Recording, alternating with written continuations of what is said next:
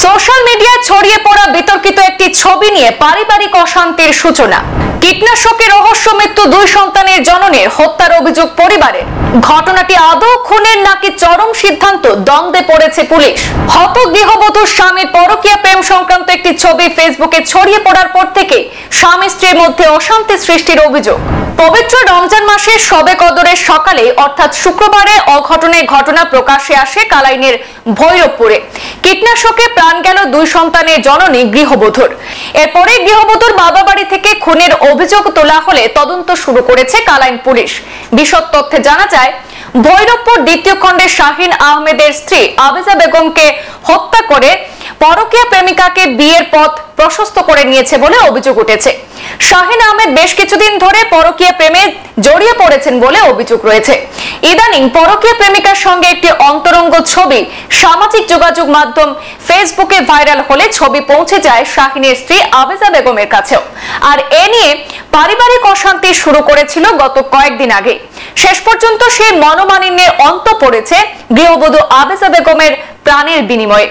তথ্যমতে বৃহস্পতিবার রাতে শাহিন তার স্ত্রীকে জরুরিকালীন অবস্থায় কালাইনের সরকারি হাসপাতালে নিয়ে যায়। সকাল অবধি তার চিকিৎসা চলে, কিন্তু পরবর্তীতে আকস্মিক মৃত্যু হয় গৃহবধূর। মৃত্যুর পূর্বে গৃহবধূ আবেজা নাকি তার নিজের ভাইকে সবকিছু বলে যায় বলে দাবি তার বাবার বাড়ির। গত রাতেও নাকি গৃহবধূ ফোন যোগে স্বামী স্ত্রী পারিবারিক অশান্তির জেরে তাকে কীটনাশক পান করানো হয়েছে বলে ভাইকে অবগত করার দাবি উঠেছে। দাদা, আপনার নাম? ইসলামউদ্দিন। কোন কিতা হইছে ঘটনা? বইনটা ওলা সকালে রাতকে ফোন মারছে, ফোন মারিয়া আমার কইছে ওলা ওলা ঘটনা হইছে। ওর পরে সকালে 3টার সময় আমার ফোন মারিয়া কইছে আমার কিতা খাবাইছো, খাবাইয়া ওলা ওলা ঘটনা করিয়া এলকো আইয়া বিষ খাইছে, বিষ খাইয়া তো জামাইয়া কইছে ওলা হই গেছে জিনিসটা।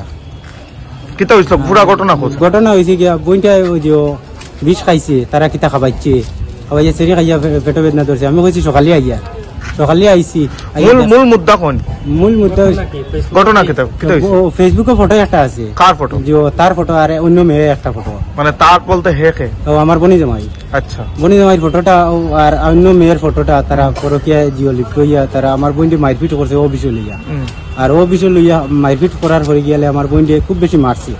মারিয়া রাইকে ওই 3টার সময় 1টার সময় ফোন করিয়া কইছে ওলা ওলা ব্যবহার। কে ফোন করছে? বনি জামাই। আচ্ছা, বনি জামাই 1টার সময় ফোন করিয়া আমার ওলা কইছে, কোয়ার পরে গেলে আমার বনি জামাই কইছে তোমার তানো বইনে কিতা খাই লইছি।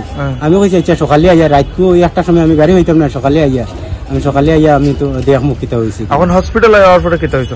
হসপিটাল আইয়ালে আমার বইনে কইছে তাইরে কিলা কিতা করিয়া খাওয়াইছে খানির মাঝে সেরে খাবার পরে।